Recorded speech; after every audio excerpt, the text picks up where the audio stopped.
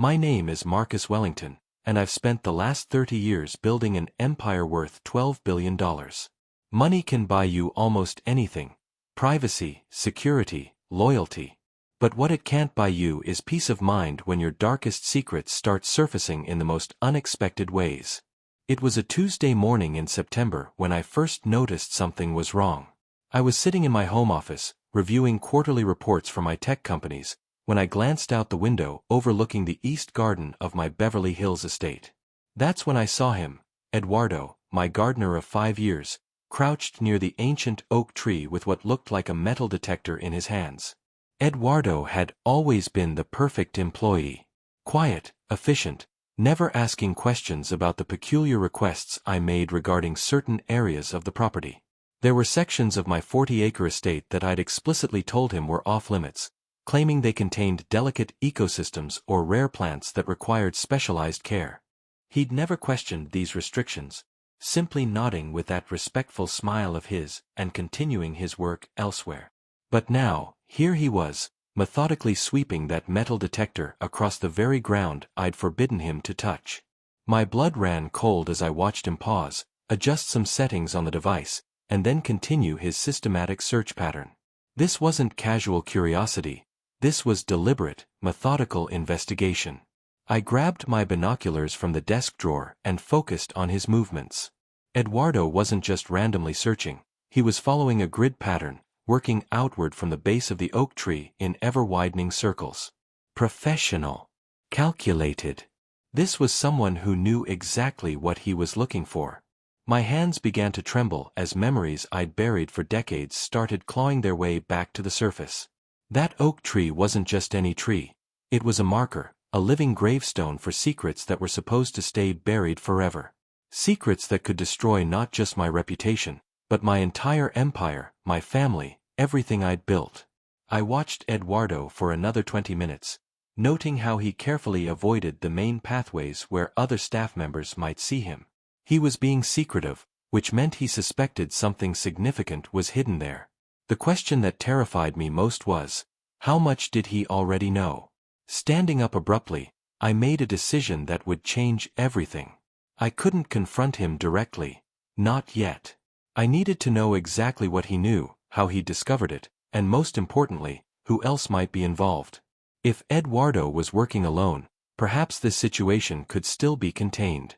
But if he was working for someone else, a rival, a journalist, or worse, law enforcement, then I was already too late. I reached for my phone and dialed my head of security, James Morrison, a former FBI agent whose loyalty I'd purchased years ago with a salary that exceeded what most people made in a decade. James, I need discreet surveillance on Eduardo immediately. Full background check, phone records, financial records, everything. And I need it done without him knowing. Any particular reason for concern, Mr. Wellington? I paused, staring out at Eduardo, who was now packing up his equipment. Let's just say our gardener has developed some interesting new hobbies. I want to know everything about his activities for the past month, and I want eyes on him 24/7.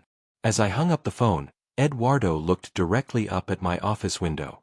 For a brief moment, our eyes met across the distance. He didn't look surprised or guilty, he looked determined. And that terrified me more than anything else. The game had begun, and I wasn't sure who was the hunter and who was the prey. 3 days had passed since I'd first spotted Eduardo with that metal detector, and James's initial report had arrived that morning. What I read made my worst fears seem like pleasant daydreams compared to the nightmare that was actually unfolding. Eduardo wasn't just a gardener. His real name was Eduardo Vargas, and he was a former investigative journalist from Colombia who'd been forced to flee his country after exposing a drug cartel's connections to high-ranking government officials. He'd been living under an assumed identity for the past 6 years, working various jobs while apparently conducting his own private investigations. But the most disturbing discovery was what James had found in Eduardo's modest apartment, a wall covered with photographs, newspaper clippings, and documents, all related to me and my business empire.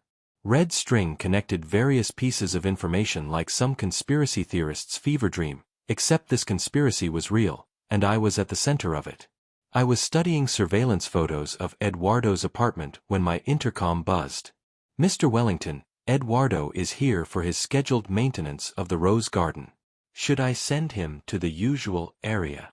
My heart pounded as I realized this was my opportunity.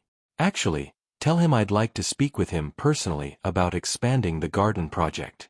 Send him to the east patio. I'll meet him there in 5 minutes." I needed to see his face, to gauge how much he really knew. Maybe there was still a chance to handle this quietly, to make him an offer he couldn't refuse. Money had solved most of my problems before, perhaps it could work again. Eduardo was waiting by the fountain when I arrived, his weathered hands clasped behind his back, his expression unreadable. Up close, I could see the intelligence in his dark eyes. This wasn't the simple gardener I'd believed him to be for 5 years. "Eduardo, I've been thinking about expanding our landscaping project," I began, testing the waters. "I'm particularly interested in the area around the old oak tree. I know I've restricted access to that section before, but I'm reconsidering." His reaction was subtle but telling. A slight tightening around his eyes, a barely perceptible straightening of his posture. "The oak tree area, senor? That would be interesting to work on. The soil there is quite unique, no? Very dense, very layered." The way he emphasized layered sent chills down my spine. He knew. Somehow, someway, he knew what was buried beneath that tree. "Yes, the soil is quite special there," I replied carefully. "Tell me, Eduardo, in your 5 years here, have you ever noticed anything unusual about that area?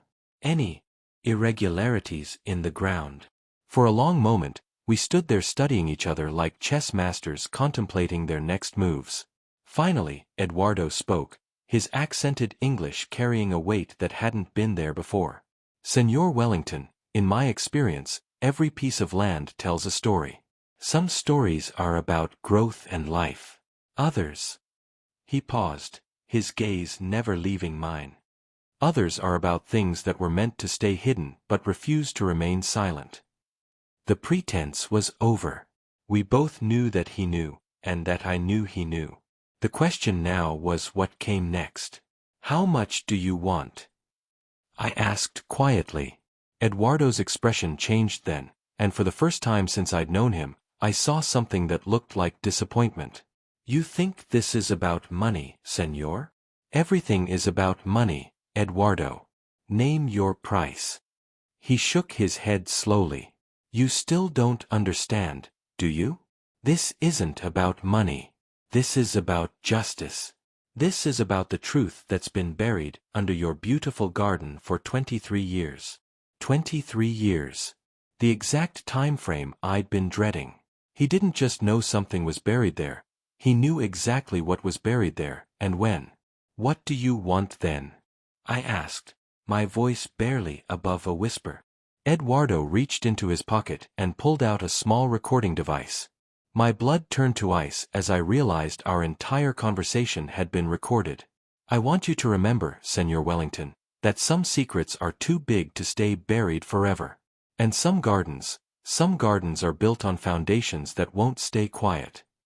As he walked away, leaving me standing alone by the fountain, I realized that everything I'd built, everything I'd accomplished, was about to come crashing down.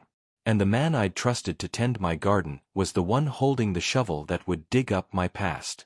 That night, I couldn't sleep. Eduardo's words echoed in my mind. 23 years.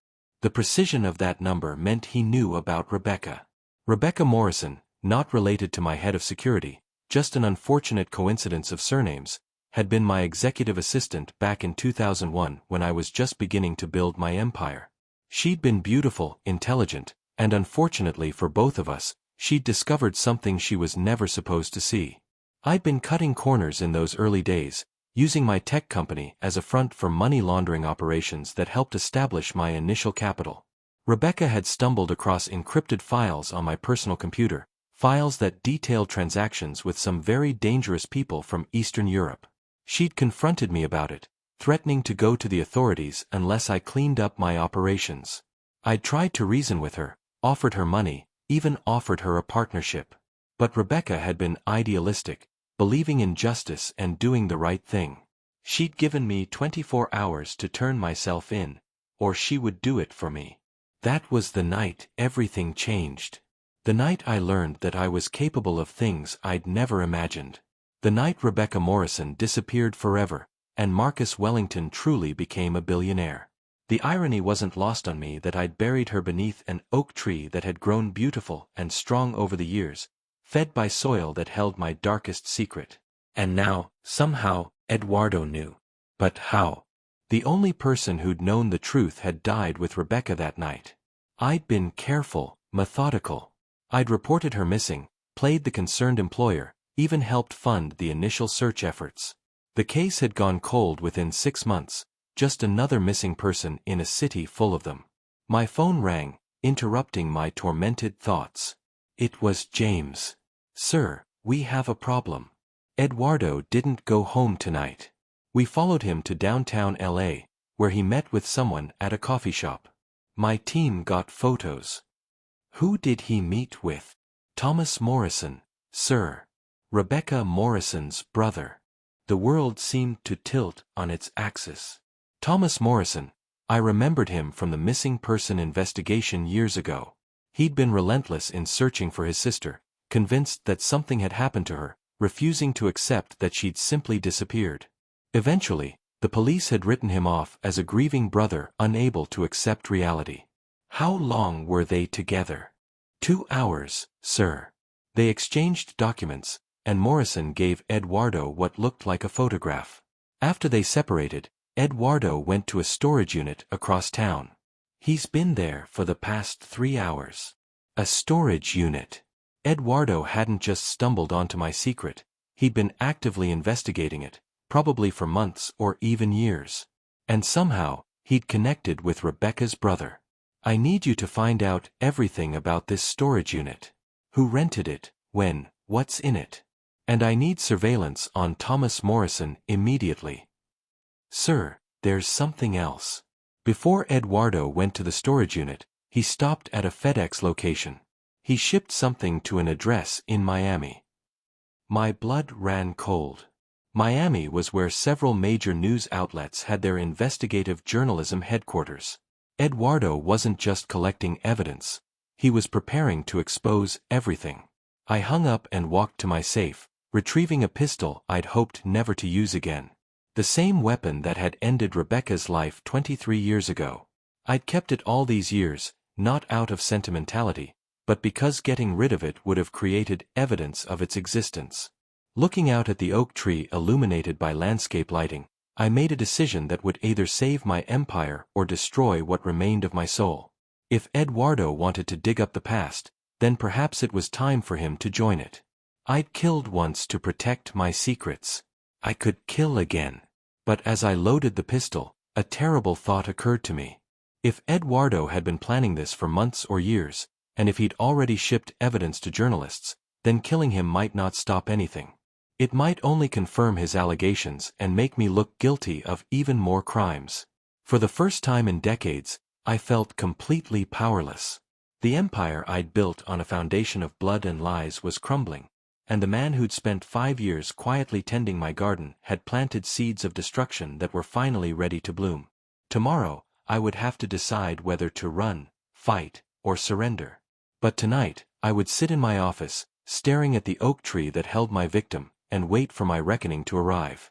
Dawn broke gray and overcast, matching my mood as I watched Eduardo arrive for work as if nothing had changed. But everything had changed. James had spent the night gathering intelligence, and what he discovered confirmed my worst fears while revealing new ones I hadn't even considered.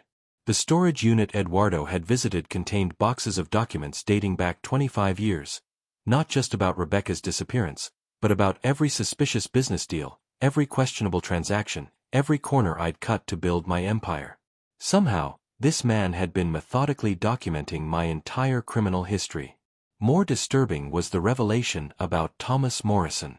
He hadn't just been a grieving brother all these years, he'd been conducting his own investigation, convinced that I was responsible for Rebecca's disappearance. When Eduardo had taken the gardening job 5 years ago, it hadn't been coincidence.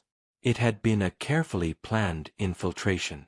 I watched from my office window as Eduardo began his morning routine, tending to the roses near the fountain.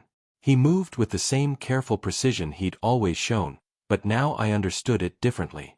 Every movement was calculated, every action part of a larger plan that was finally reaching its conclusion.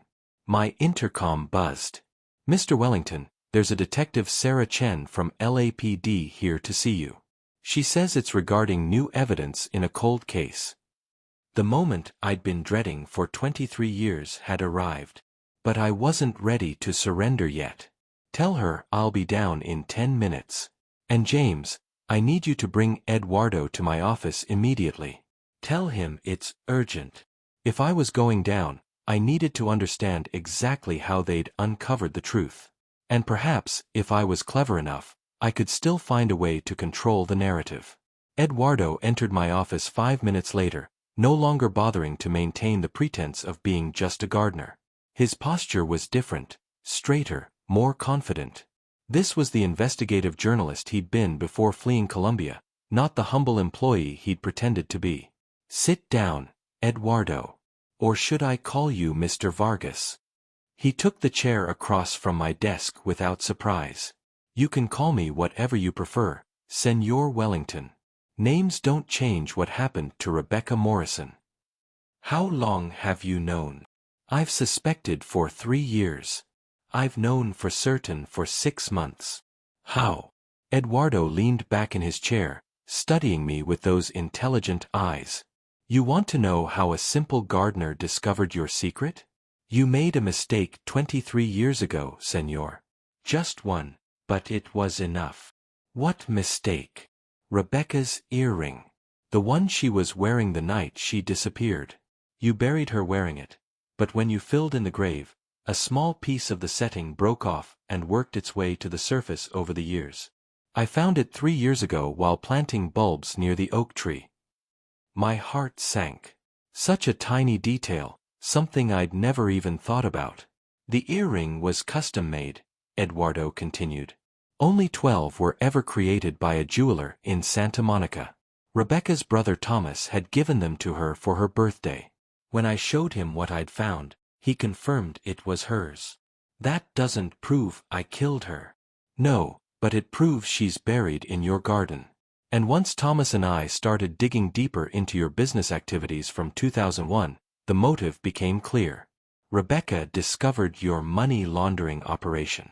She threatened to expose you. And she disappeared."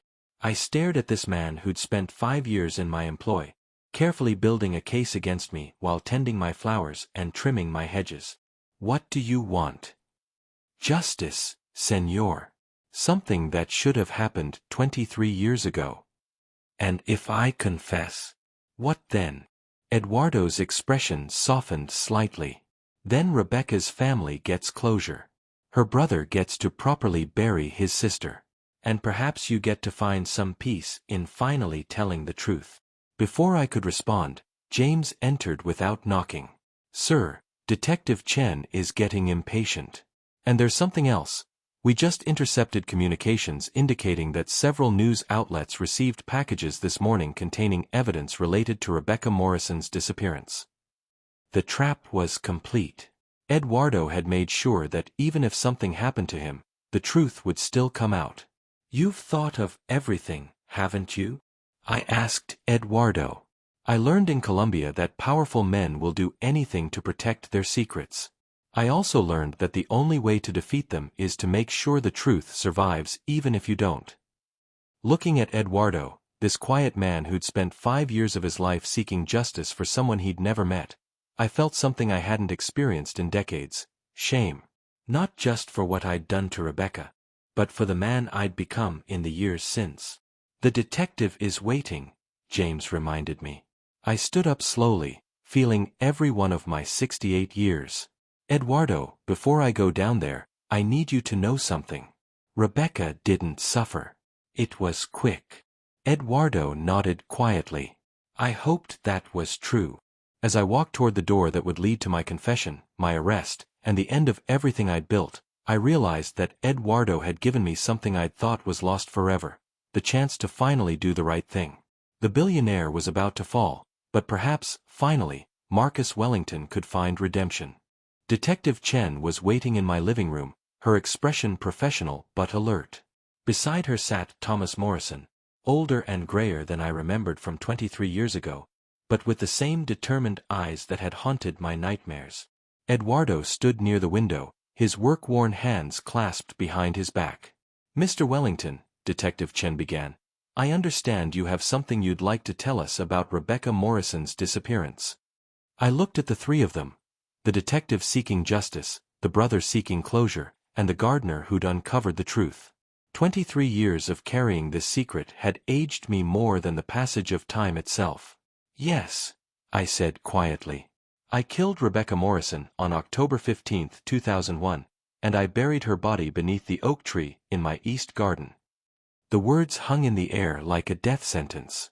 Thomas Morrison's face crumpled, and Eduardo closed his eyes briefly, as if offering a silent prayer for Rebecca's soul. "Can you tell us exactly what happened?" Detective Chen asked, her recorder already running. I sat down heavily, the weight of decades finally lifting from my shoulders. Rebecca discovered that I was using my tech company to launder money for Eastern European crime syndicates. She confronted me, gave me 24 hours to turn myself in. When I refused, she said she would go to the authorities herself. "So you killed her," Thomas Morrison said, his voice raw with pain and anger. "Yes. I invited her to dinner at my house to discuss it further. I drugged her wine, and when she lost consciousness, I shot her." The words felt like glass in my throat. "I buried her that same night." Detective Chen was taking notes rapidly. "And you've lived with this secret for 23 years? "Every single day," I admitted. "Rebecca haunted every success, every achievement. I built an empire on her grave, literally and figuratively." But as the words left my mouth, I noticed something strange. Eduardo wasn't looking at me with the satisfaction I'd expected. Instead, his expression was troubled, almost disappointed. "What is it, Eduardo?" I asked. He turned from the window, his face grave. "Senor Wellington, I'm afraid you're not telling the truth." Everyone in the room stared at him. Detective Chen frowned. "What do you mean?" Eduardo reached into his jacket and pulled out a thick folder. 3 months ago, when I was certain that Rebecca was buried beneath the oak tree, I did something that perhaps I should have done sooner. I conducted a midnight excavation. My blood ran cold. "You dug her up?" "Yes. But what I found wasn't what I expected." Eduardo opened the folder and pulled out photographs. "There is indeed a body buried beneath that tree. But it's not Rebecca Morrison." The room fell silent except for the sound of my heart hammering against my ribs. The body I found was that of a man, approximately 35 years old, who had been buried approximately 23 years ago. The clothing and personal effects suggest he was killed in 2001, around the same time Rebecca disappeared. Detective Chen stood up abruptly. "What are you saying?" Eduardo pulled out another photograph, a driver's license, yellowed with age but still readable. "The body belongs to Viktor Kozlov, a Russian enforcer who worked for the crime syndicate that Marcus was laundering money for." I stared at the photograph, memories rushing back like a dam bursting. Viktor Kozlov, the man who'd come to collect payment the night Rebecca confronted me. The man who'd threatened to kill both Rebecca and me if I didn't pay what I owed. "You didn't kill Rebecca Morrison," Eduardo said, looking directly at me. "You killed Viktor Kozlov to save her life. But the question remains, where is Rebecca?" Before I could answer, a voice from the doorway made everyone in the room freeze. "I'm right here." We all turned to see a woman in her 50s standing in the entrance to the living room. She had silver hair and laugh lines around her eyes, but I would have recognized her anywhere. Rebecca Morrison, alive and 23 years older, but unmistakably the woman I thought I'd killed. Thomas Morrison gasped and stumbled toward her. "Rebecca? Rebecca, is that really you?" She nodded, tears streaming down her face. "Hello, Tommy." As the siblings embraced, I sat in stunned silence, trying to process what was happening. Rebecca turned to me, her expression complex, part gratitude, part sadness. "Hello, Marcus. You look older. You're supposed to be dead," I whispered. "I killed you." "No," she said softly. "You saved my life. When Victor came to your house that night, he was planning to kill both of us. You drugged my wine to keep me unconscious and safe, then you killed Victor when he tried to murder me. You made it look like I had disappeared so the syndicate wouldn't come looking for me." The memories were flooding back now. The real memories, not the guilt-distorted version I'd carried for 23 years. Victor's threats, my desperate plan to fake Rebecca's death, helping her escape to a new life with a new identity. "I've been living in Costa Rica," Rebecca continued. "Marcus arranged everything, new documents, new identity, enough money to start over. He saved my life, and then he let everyone believe he was a murderer to protect me." Detective Chen looked bewildered. "So there was no murder of Rebecca Morrison?" "There was a murder," Eduardo said quietly. "The murder of Viktor Kozlov, a Russian criminal who came to kill 2 innocent people. Marcus Wellington killed him in self-defense." Thomas Morrison was staring at me with an expression I couldn't read. "You let me think you murdered my sister for 23 years. You let me hate you, investigate you, try to destroy you. Why?" I looked at Rebecca, then at her brother. "Because if anyone discovered she was still alive, they would have killed her. The syndicate had long memories and longer reach. As long as everyone believed she was dead, and that I had killed her, she was safe." "But why confess now?" Detective Chen asked. I smiled sadly. "Because I thought Eduardo had uncovered the truth about Rebecca. I thought her safety was already compromised. I was ready to confess to a murder I didn't commit to protect a woman who was already protected." Eduardo shook his head in amazement. "For 23 years, you've carried the guilt of a crime you didn't commit to protect someone you loved." "Loved?" Rebecca asked quietly. I looked at her, this woman who defined my entire adult life without even knowing it. "I've loved you since the day you walked into my office in 1999. Everything I built, everything I achieved, it was all for you, even though you weren't there to see it." Rebecca walked over to me, her expression soft. "Marcus, you gave me a life. A beautiful life in Costa Rica, where I've been teaching English to children and running a small organic farm. You gave me 23 years of peace and happiness. And I lived 23 years believing I was a murderer," I replied. "No," she said, taking my hand. "You lived 23 years as a hero who was too humble to claim credit for saving someone's life." As the truth settled over the room, I realized that my story wasn't ending. It was finally beginning. The secret that had haunted me for decades wasn't a crime at all. It was the greatest act of love and sacrifice I'd ever made. And my gardener, the man who'd spent 5 years digging up my past, had actually uncovered my redemption. To support the channel, please leave a like and subscribe. Thank you so much.